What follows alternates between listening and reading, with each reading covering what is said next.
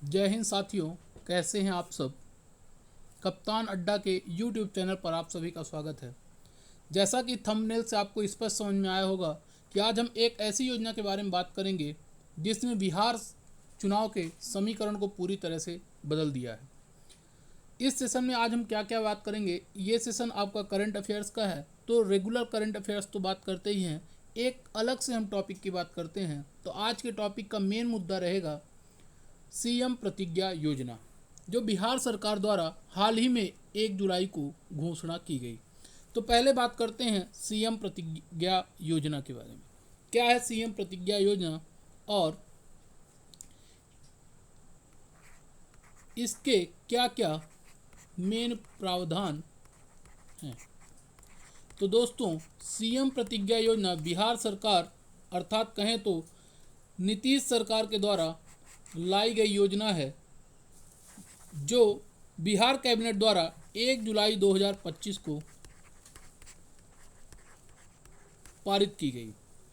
इसका उद्देश्य क्या रहेगा? इसका उद्देश्य रहेगा 18 वर्ष से लेकर 28 वर्ष आयु के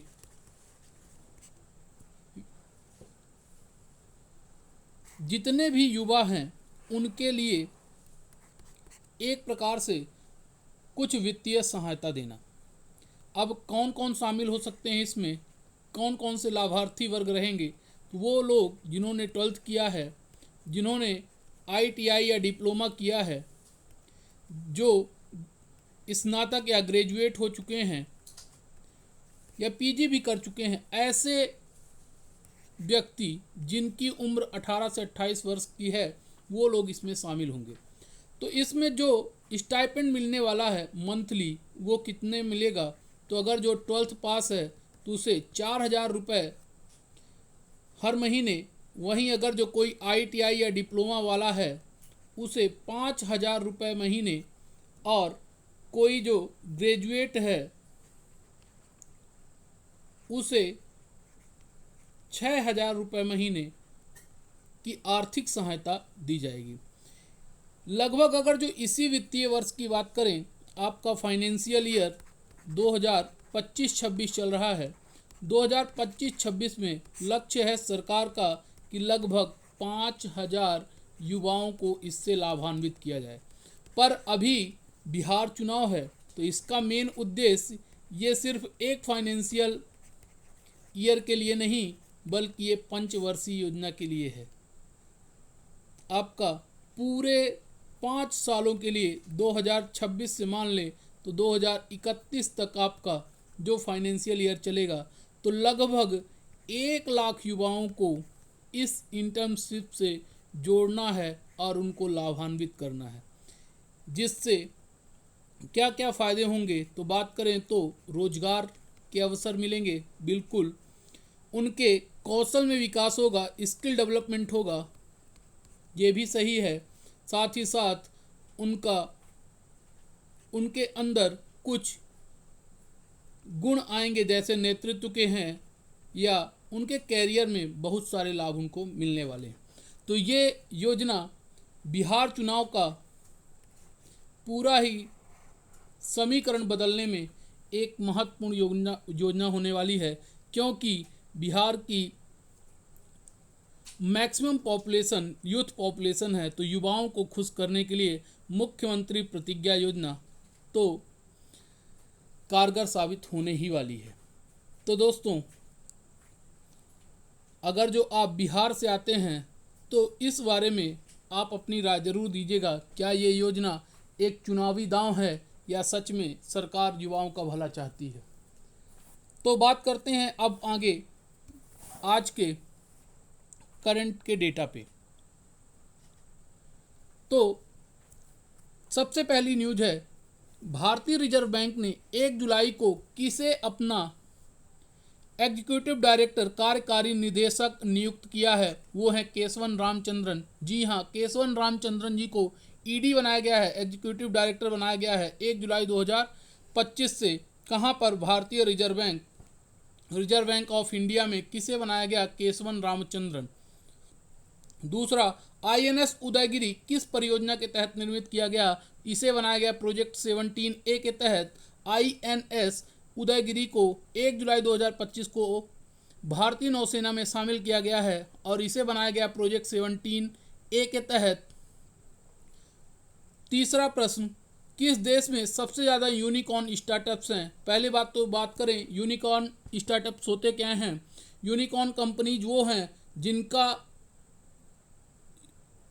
जिनका टर्नओवर $1 बिलियन से अधिक होता है, वो यूनिकॉर्न कैटेगरी में आते हैं।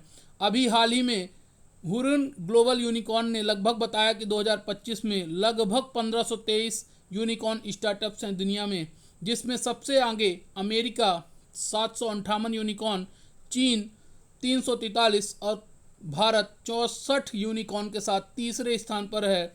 इंडिया थर्ड रैंक में है आपके यूनिकॉर्न में, याद रखिएगा, यूएस और चाइना के बाद में।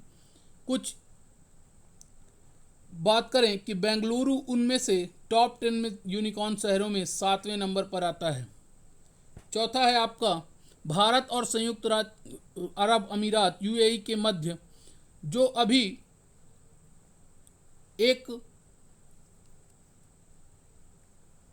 वार्ता हुई है, उसमें किस मंत्री ने भाग लिया था?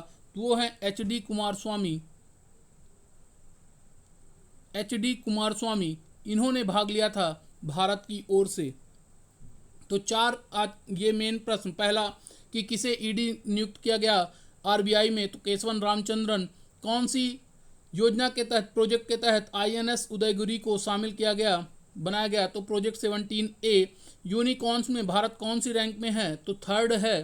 पहले पे यूएस, दूसरे पे चाइना, चौथा यूएई के साथ और भारत के साथ जो स्टील से रिलेटेड, एल्यूमिनियम से रिलेटेड जो भी जॉइंट वेंचर आ रहा है, उसमें किसने लीडर कौन था इंडिया की तरफ से? तो वो है एच.डी. कुमारस्वामी।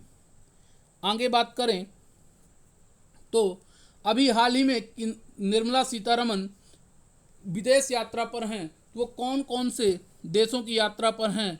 तो उनमें स्पेन, पुर्तगाल और ब्राज़ील की यात्रा पर हैं। और उन्होंने अभी FFD4 सम्मेलन में ग्लोबल फाइनेंशियल असिस्टेंस के मुद्दे पर स्पेन के सेविले में बात करी थी। उसके अलावा उसके बाद पुर्तगाल में फर्नांडो मदीना से बायलैटरल डिस्कशन करेंगी। आगे है आपका ESIC की 196 बैठक की अध्यक्षता किसने करी? तो वह है डॉक्टर मनसुख मंडाविया। ESIC आपका कर्मचारी राज्य बीमा निगम है। इसने हाल ही में 2025 में स्प्री 2025 योजना लागू करी है। SPREE स्प्री योजना है आपका scheme to promote registration of employers या एम्प्लॉयज़। उसके लिए ये योजना 1 जुलाई से 31 दिसंबर 2025 तक लागू रहेगी। यह एक ESIC की सबसे बड़ी सोशल इंश्योरेंस योजना है, स्कीम है, जिसके अंतर्गत मेडिसिन, डिसीज़ या किसी भी प्रकार से विकलांगता या दिव्यांगता है, उसमें आपको लाभ प्रदान करने वाली है। ये है अगला प्रश्न आपका, बिहार सरकार ने 2025 में कौन सी योजना लागू करी? तो मुख्यमंत्री प्रतिज्ञा योजना, जिसके बारे में हम बात कर चुके हैं। मुख्यमंत्री प्रतिज्ञा योजना 18 से 28 वर्ष आयु वर्ग के युवाओं के लिए चलाई जा रही है, मुख्यमंत्री प्रतिज्ञा योजना। अगला 2 जुलाई 2025 को किस अफ्रीकी देश में प्रधानमंत्री मोदी जी यात्रा करने गए? वो है आपका घाना की यात्रा करी और वहाँ से उन्हें officers of the order of the star of घाना सम्मान भी प्रदान किया गया। 5 देशों की यात्रा पर हैं, जिनमें 2 जुलाई को उनकी यात्रा थी घाना, और वहाँ पर उन्हें सम्मान मिला। साथ ही साथ 21 तोपों की सलामी भी दी गई। ये है आपका आखिरी प्रश्न। अब बात करें वन लाइनर फैक्ट्स की, तो पहला FFD4 सम्मेलन का आयोजन कहाँ हुआ? तो सेविले, स्पेन। कौन गई थी? तो निर्मला सीतारमन। फिर आपका ESIC का मुख्यालय कहाँ है? तो नई दिल्ली। कर्मचारी राज्य बीमा निगम, एम्प्लॉय स्टेट इंश्योरेंस कॉरपोरेशन, नई दिल्ली में है। अगला है भारत और यूएई के बीच किस समझौते के तहत हरित इस्पात और उच्च ग्रेड एल्यूमिनियम पर चर्चा हुई? CEPA के तहत चर्चा हुई। अगला है ESIC की 196 बैठक कहाँ आयोजित हुई, तो शिमला में। हुरिन इंडेक्स 2025 के तहत दुनिया का शीर्ष यूनिकॉर्न शहर सैन फ्रांसिस्को। देश में बात करें तो USA, फिर चाइना, फिर भारत। INS उदयगिरी का निर्माण किस कंपनी ने किया, मझगांव डाक शिप बिल्डर्स लिमिटेड ने INS उदयगिरी का निर्माण किया है। PM मोदी का स्वागत घाना के किस राष्ट्रपति ने किया, याद रखिएगा जॉन ड्रमानी महामा। ये बहुत इंपॉर्टेंट है और इस बार पूछे जाने की संभावना बहुत है।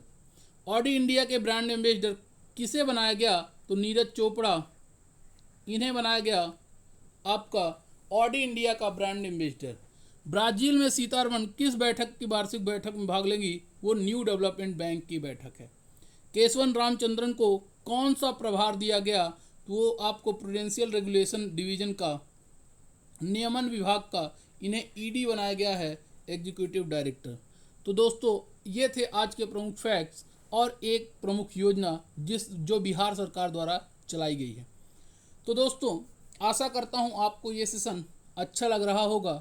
ऐसे ही कप्तान अड्डा के YouTube चैनल से जुड़े रहिए और कुछ इंपॉर्टेंट फैक्ट्स जो करंट से रिलेटेड होंगे और कुछ स्टैटिक GK के बारे में हम जानकारी लेते रहेंगे। आपको अगर जो ये जानकारी अच्छी लग रही है तो कप्तान अड्डा YouTube चैनल को सब्सक्राइब करिए, शेयर करिए और हमारी जर्नी को थोड़ा सा बेहतर बनाने में सहयोग करिए। तो दोस्तों आज का सेशन यही समाप्त करते हैं। जय हिंद, जय भारत।